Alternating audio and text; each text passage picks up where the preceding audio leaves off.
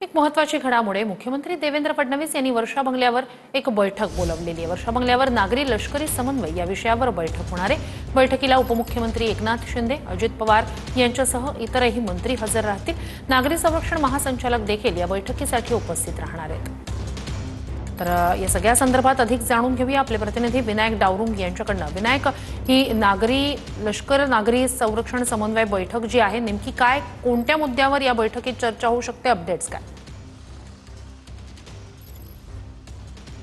श्रुती बरोबर आहे। आपण जर पाहिलं तर भारत पाकिस्तान युद्धाला विराम जरी दिलेला असला तरी आपण जर पाहिलं तर मुंबईमध्ये अलर्ट जो आहे तो अजून कायम आहे आणि मुंबईतल्या नागरिकांची सुरक्षा ही जी आहे ती जबाबदारी सरकार असेल किंवा सगळं दल असतील यांची असणार आहे आणि त्यामुळेच ही समन्वयाची एक बैठक जी आहे ते मुख्यमंत्र्यांनी 11 वाजता वर्षा निवासस्थान त्यांचं आहे या त्या ठिकाणी बोलवलेलं आहे। स्वतः मुख्यमंत्र्यांच्या अध्यक्षतेखाली ही बैठक होईल। दोन्ही उपमुख्यमंत्री त्याचप्रमाणे प्रशासकीय अधिकारी आणि सगळ्या दलाचे प्रमुख अधिकारी जे आहेत ते असतील। नौदल त्याचप्रमाणे लष्करी, कोस्टगार्ड या सगळ्या दलांचे अधिकारी आहेत सोबत असेल आणि समन्वय ही बैठक जी आहे ते असणार आहे। येत्या काळात मुंबई शहराची सुरक्षा कशा पद्धतीनं पुढील काळात अधिक तीव्र चांगल्या पद्धतीनं करता येईल किंवा कुठलीही घटना मुंबई शहरात घडू नये यासाठी काय काळजी घेता येईल, काय उपाययोजना करता येईल याचा आढावा जो आहे तो या सगळ्या बैठकीमध्ये मुख्यमंत्री घेणार आहेत। सगळे दलांचे अधिकारी याला उपस्थित असतील आणि पुढील काळात काळजी कशी मुंबई शहरात घ्यावी, कारण आपण जर पाहिलं तर मुंबई शहर जे आहे ते नेहमीच अलर्ट मोडवरती असताना